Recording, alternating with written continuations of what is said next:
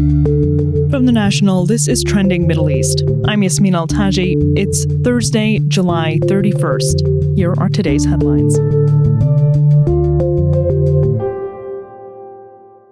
New settlements in East Jerusalem could further threaten prospects of a Palestinian state. An initiative called E1 is behind plans to convert plots of land into national parks and thousands of residential units.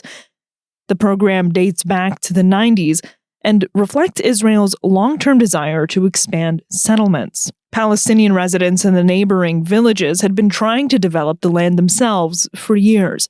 The National's Thomas Helm reports from Jerusalem. The E1 settlement is an extremely critical issue for Palestinians, indeed for anyone that wants a Palestinian state, which is the preferred route to getting peace between Israelis and Palestinians in much of the international community. The reason that it's so dangerous is that it would basically divide the West Bank into two enclaves. The West Bank is supposed to be the largest landmass in a future Palestinian state, and E1 would also surround East Jerusalem, which is supposed to be the capital of such a state. This comes after foreign ministers from 15 nations issued a joint declaration on Tuesday during a UN conference hosted by France and Saudi Arabia that was pushing for a two-state solution to the Israeli-Palestinian conflict. Israeli authorities have said the plans are for reasons as diverse as preserving flora and fauna to protecting the view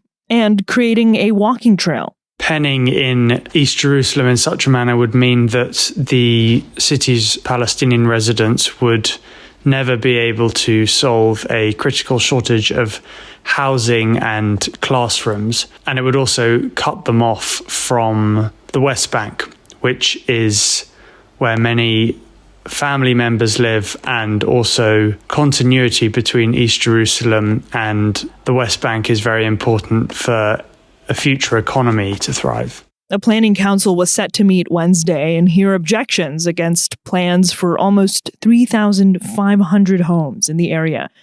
It's one of the final steps before the project is approved. This all comes under the shadow of the Gaza war, during which the settlement movement has massively expanded. But it's fair to say that E1 is the most significant development to have come out of this very difficult era for Palestinians. And if next week's step doesn't block it, then the world is one step closer to never having a Palestinian state. Lebanon is on the cusp of a decision to disarm Hezbollah.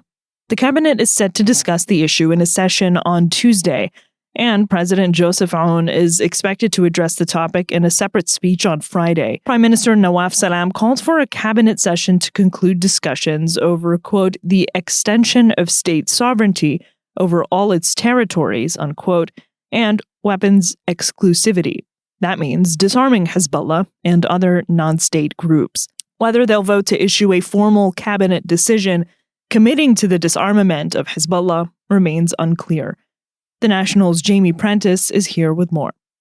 President Aoun and his government have repeatedly said that their objective is to bring all weapons under state control, but they've also said that this must be done in the right way and diplomatically, warning that without doing so risks fueling tensions in a country already on edge. It all comes as the U.S. continues to exert significant pressure on Lebanon to push forward and disarm the group.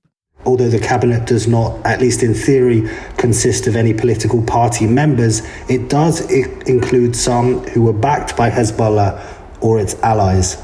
A source close to the Prime Minister said the Council of Ministers will focus on how to implement arms exclusivity, but they added that the roadmap to achieve that still remained undecided.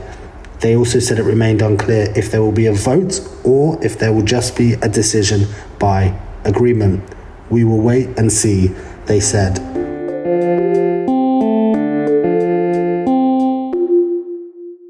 At least 5 people have been killed by Israeli troops on Wednesday while waiting for aid in central and southern Gaza. That's according to official Palestinian news agency Wafa. 2 Palestinians in Gaza were killed when Israeli troops opened fire near Netzarim corridor in central Gaza.